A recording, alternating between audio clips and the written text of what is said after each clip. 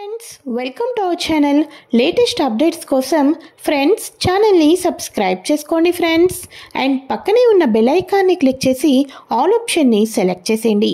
ఇక వదిన అంటేనే అమ్మ తర్వాత అమ్మ అని నిరూపించుకుంటూ తన కుటుంబం మొత్తాన్ని అలానే తన జీవితాన్ని కూడా చాలా తెలివితేటలతో మార్చుకొని తిరిగి అత్తవారింట్లో అడుగైతే పెట్టేస్తుంది మన అవని అయితే. మరి ఇదంతా కూడా ఎలా జరిగిందో తెలుసుకోవాలి అనుకుంటున్నారా ఫ్రెండ్స్?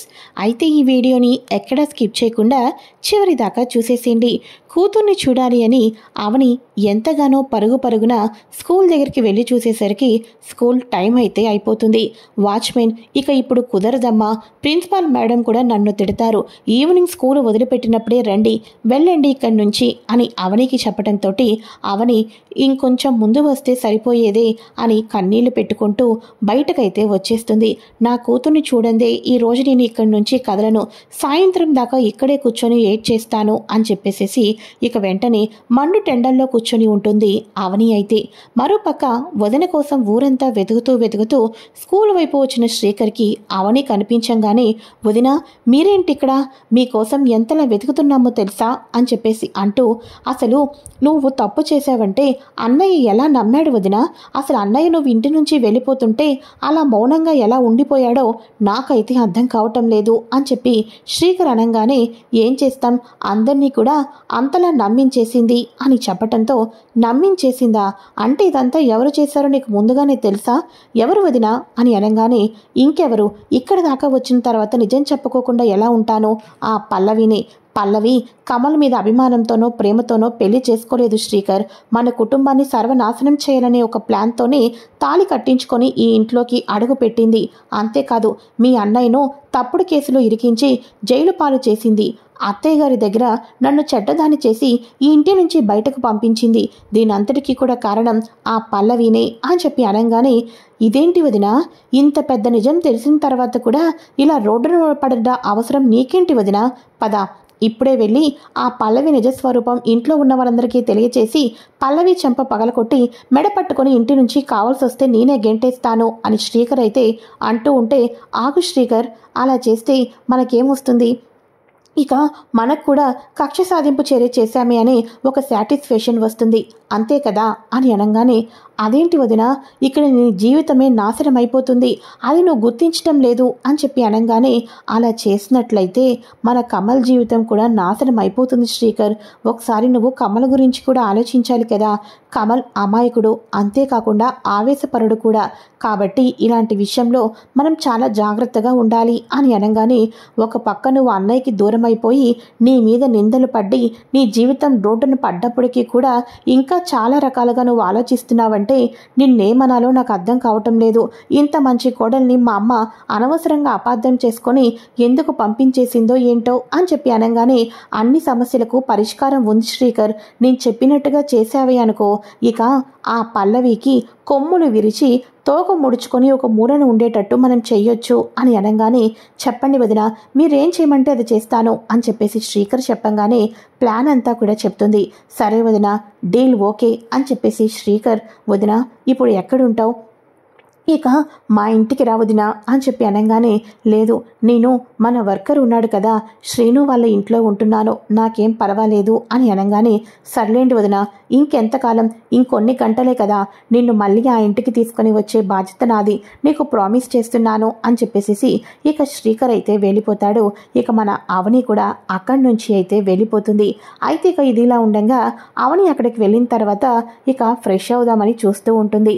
అలా చూస్తూ ఉండగా, ఏంటమ్మగారు, నా చీరలన్నీ కూడా రోజుకొకటి మీరే కట్టుకుంటున్నారు, నాకుండవే 2-3 చీరలు, అదిగోండి మీ చీర ఉతికి ఆరేసుకొని ఎండిపోయిన తర్వాత ఆరిపోయిన తర్వాత అప్పుడు మీరు స్నానం చేయండి అని చెప్పేసి అనగానే, అలాగే కనుక అని చెప్పేసి తన చీరను తానే ఉతికి ఆరవేసుకొని ఆ తర్వాత అప్పుడు మళ్ళీ కూడా ఫ్రెష్ అవుతుంది మన అవని అయితే.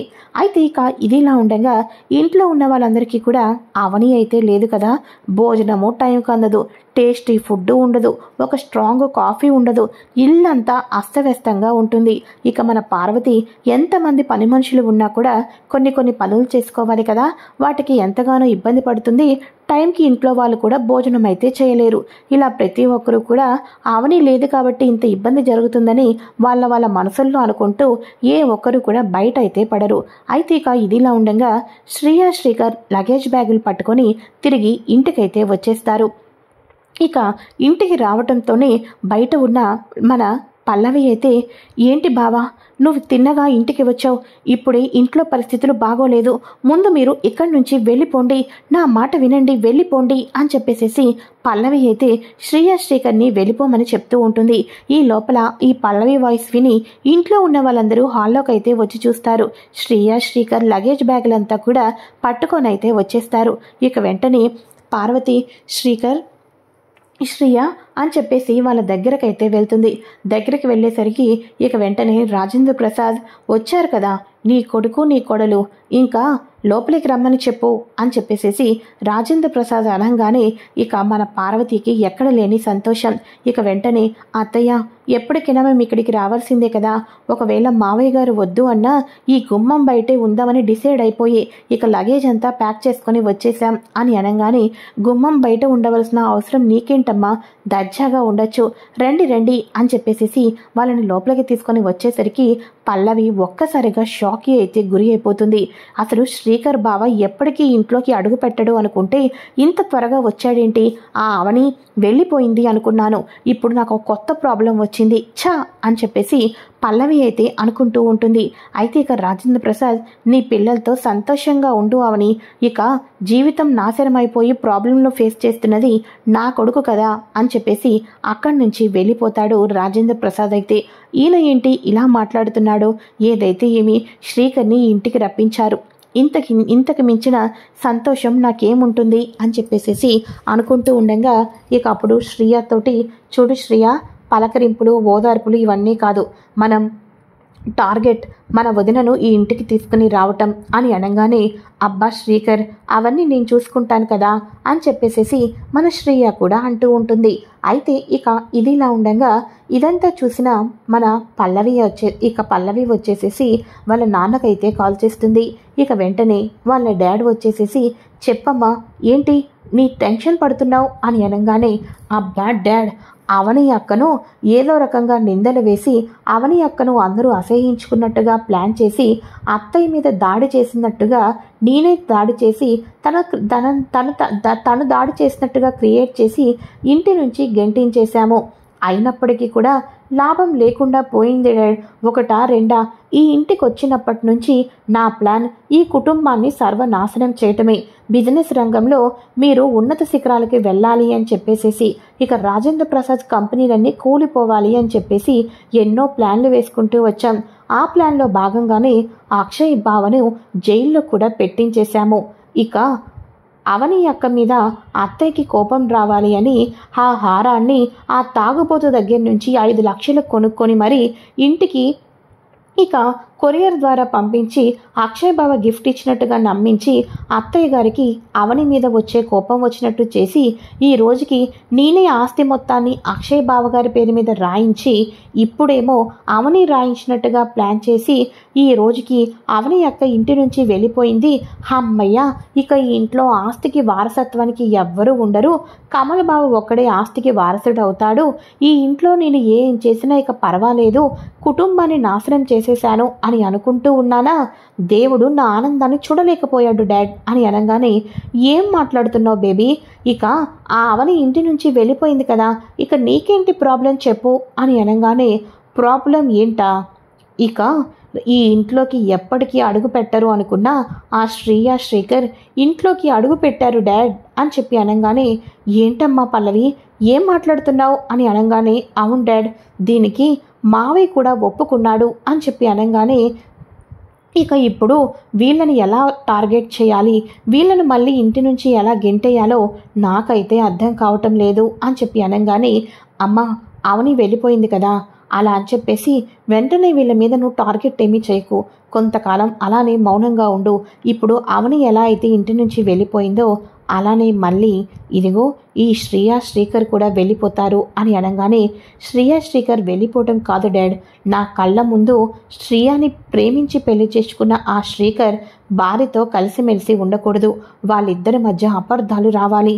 వాళ్ళిద్దరి మధ్య అబద్ధాలు వచ్చడమే కాదు, వాళ్ళిద్దరూ విడాకులు తీసుకునేటట్టు కూడా చేసి తీరుతాను అని చెప్పేసేసి అప్పుడు ఈ ఇంట్లో శ్రీకర్ కన్నీళ్లు పెట్టుకుంటూ శ్రీకర్ జీవితం నాశనం అయిపోయింది. ఇక అక్షయ్ బావ గారి జీవితం అవని అక్క వెళ్ళిపోవటంతో నాశనం అయిపోయింది.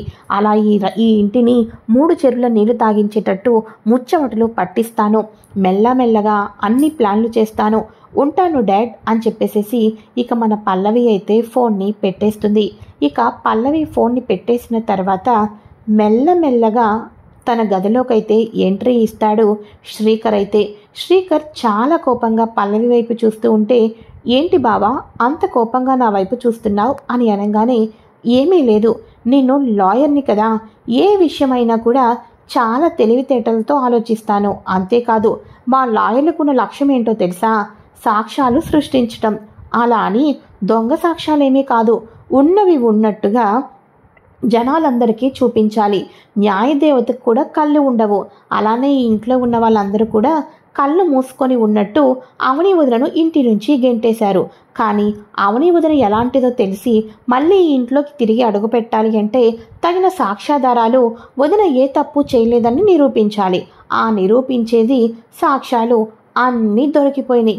ఇక వదిన అయితే ఈ ఇంట్లోకి వచ్చేస్తుంది అని అనగానే, అవని అక్క ఎలా వస్తుందనుకుంటున్నావు నువ్వు? రాదు బావా అని చెప్పేసేసి పల్లవి అంటూ ఉంటుంది. ఎలా వస్తుందో చూపించమంటావా అని చెప్పేసేసి పల్లవి రూమ్లో ఫోన్ మాట్లాడుతూ ఉన్నప్పుడు పల్లవి కూడా తెలియకోకుండా ఫ్లవర్ బొకేలో ఒక చిన్న ఫ్లవర్ లాంటి క్యామ్ని అయితే బిగించడం అయితే జరుగుతుంది. ఆ క్యామ్ పల్లవి తన తండ్రితో ఫోన్ మాట్లాడింది మొత్తం కూడా ఇక వీడియో రికార్డ్ అవుతుంది.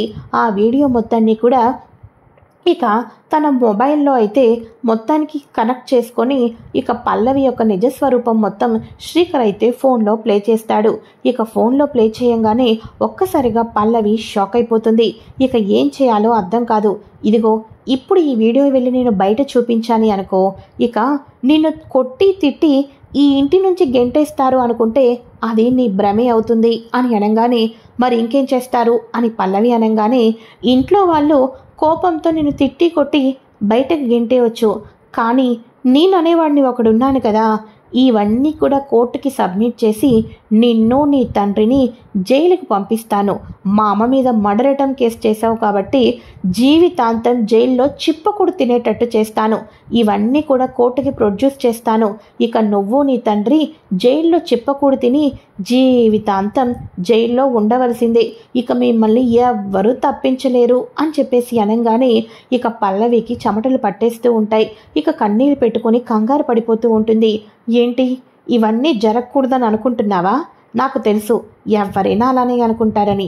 ఇవన్నీ జరగకోకుండా ఉండాలి అంటే నేను చెప్పినట్టు నువ్వు చేయాలి అని అనగానే, చెప్పు బావా నేనేం చేయాలి అని పల్లవి అడుగుతూ ఉంటుంది.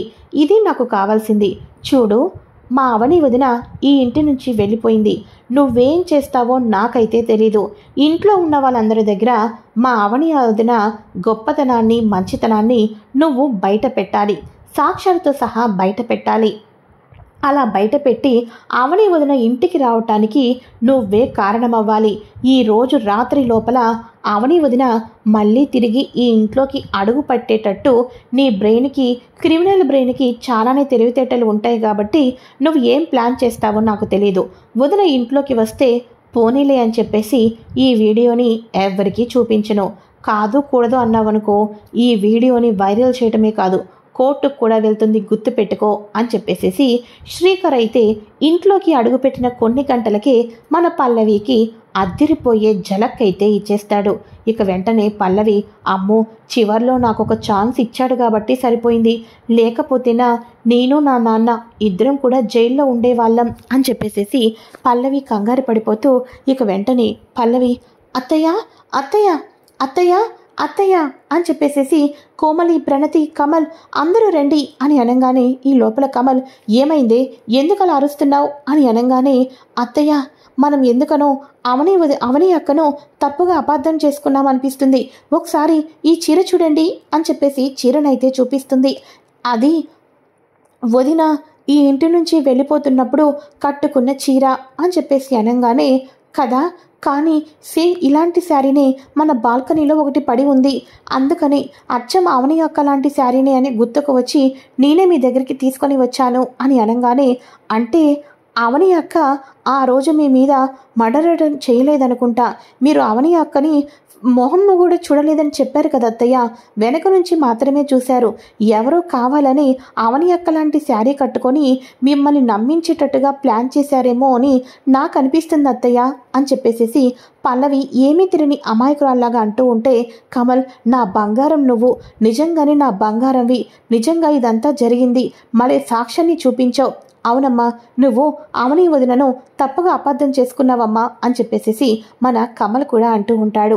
అంతేకాదు ఇక ఇంట్లో ఉన్న వాళ్ళందరూ కూడా ఈ చీర ఇంట్లో ఉంటే అవని వదిన ఇంటి నుంచి వెళ్ళిపోయినప్పుడు కూడా చీర ఉంది అంటే వదిన ఇలాంటి తప్పు చేయలేదు అని చెప్పేసేసి అనుకుంటూ ఉంటారు. మరోపక్క కోర్టు డాక్యుమెంట్స్ అన్నీ కూడా వచ్చేసేసి ఇక ఫైల్ ఉంటుంది కదా, అవని నలుగురికి సమానంగా రాయించి తన భర్త పేరు మీద చిల్లు గవ్వ ఆస్తి రాయించకూడదని చెప్పేసేసి ఆ డాక్యుమెంట్స్ కూడా ఇక ఇల్లు ఊడుస్తున్నప్పుడు అవని అక్క లేదు అని చెప్పేసి ఇల్లు ఊడుస్తున్నప్పుడు సోఫా కింద నుంచి దొరికినాయి అత్తయ్య, ఒకసారి ఈ డాక్యుమెంట్స్ చూడండి, ఇక ఇల్లు క్లీన్ చేస్తున్నప్పుడు దొరికినాయి, అవని అక్క ముందు రెడీ చేసిన డాక్యుమెంట్స్ కూడా ఇవే అని చెప్పేసేసి ప్రతి ఒక్కరికి కూడా తను ఏ సాక్ష్యాలైతే దాచిపెట్టేసిందో అవన్నీ చూపిస్తుంది. అవని తన భర్త పేరు మీద కాకుండా మిగతా వాళ్ళ పేరు మీద రాయించిన డాక్యుమెంట్స్ తన దగ్గరే ఉంటాయి కదా, అవేమో సోఫా కింద దొరికినాయి అని ఇంట్లో ఉన్న వాళ్ళందరికీ నిరూపించి చీర కూడా ఇక బయట గార్డెన్లో దొరికిందని చెప్పేసేసి అందరి కళ్ళు తెరిపిస్తుంది. ఇక ఇప్పటికైనా నమ్మండి, ఇక అవని వదిన ఏ తప్పు చేయలేదు, అవని వదినను ఇప్పుడైనా నువ్వు వెళ్ళి తీసుకొని రావాలి అన్నయ్య, తీసుకొని రావాలి అని చెప్పేసి అనగానే అప్పుడు రాజేంద్ర అంటూ ఉంటాడు, అవనిని ఇప్పుడు మేము వెళ్ళి చెప్పినా వచ్చే స్థితిలో నాకు ఉండదు, ఎందుకంటే కట్టుకున్న భర్త భార్య విలువ తెలియకోకుండా వెళ్ళేటప్పుడు మౌనంగా ఉండటం ఏ భార్య తట్టుకోలేదురా, కాబట్టి తిరిగి అవని ఇంట్లోకి రావాలి అంటే కేవలం నువ్వు మాత్రమే వెళ్తేనే వస్తుంది అని చెప్పేసేసి ఇక వెంటనే అందరూ చెప్పడంతో ఇక వెంటనే మన అక్షయ్ వచ్చేసేసి బయటకైతే కారులో వెళ్తూ ఉంటాడు. ఇక వెంటనే శ్రీకర్ నేను కూడా వస్తానన్నయ్య అని చెప్పి అనగానే నేను కూడా వస్తాను అని చెప్పేసి కమల్ వీళ్ళందరూ కూడా వెళ్తూ ఉంటే ఇక పనివాడు శ్రీను ఉంటారు కదా, వాళ్ళ ఇంటి దగ్గర కారు ఆగుతుంది.